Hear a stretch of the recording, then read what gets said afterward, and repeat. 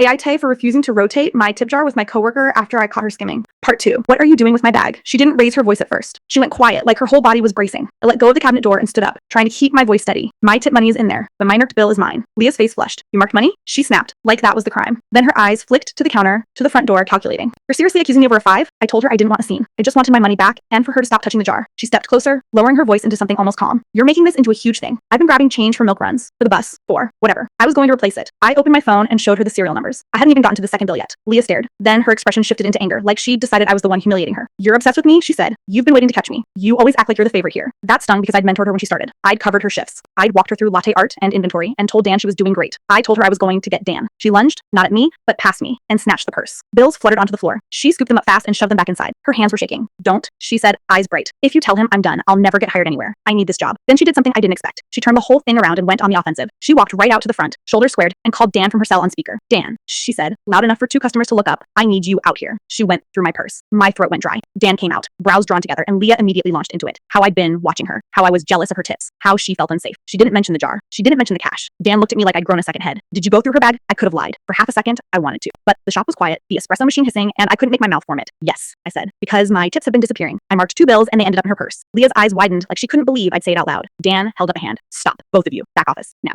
In the office, I showed him my notes with the serial numbers and the photo I'd taken of the bill in her purse the second I saw it. Leah started crying, then swearing, then crying again. Dan didn't raise his voice. He just got very still and asked her to empty the purse. She refused until he said he'd have to call the owner and review camera footage. That last part made her crack. She dumped it out. Mixed in with the cash were 3 gift cards the shop sold, still in their cardboard sleeves, and a roll of our free drink, stamp cards. Leah went pale. Those aren't. Dan cut her off. Clock out, he said. You're done. Leave your apron. She begged. She blamed stress. She blamed me for setting her up. Dan stayed firm and walked her to the door. The fallout came fast. Leah texted our group chat with a long message about how I searched her belongings and got her fired. 2 coworkers told me I took it too far and that I should have just talked to her. One even said, everybody takes a couple bucks sometimes. Dan handled the rest the next day. He pulled everyone aside and said tips were wages, not extra, and that theft was theft. He also admitted the cameras had caught Leah slipping cash from the jar on multiple days. He reimbursed me and the others from the register overage Leah had apparently been using to cover her tracks. I still felt sick about opening her purse. I didn't like who I was in that moment. But when I pictured her calling Dan first, putting me on trial in front of customers and walking out with everyone believing I was a creep, my guilt hardened into something steadier. I left the group chat and stopped apologizing. I didn't get her fired. I just refused to be quiet enough to make it easy. Follow for more stories.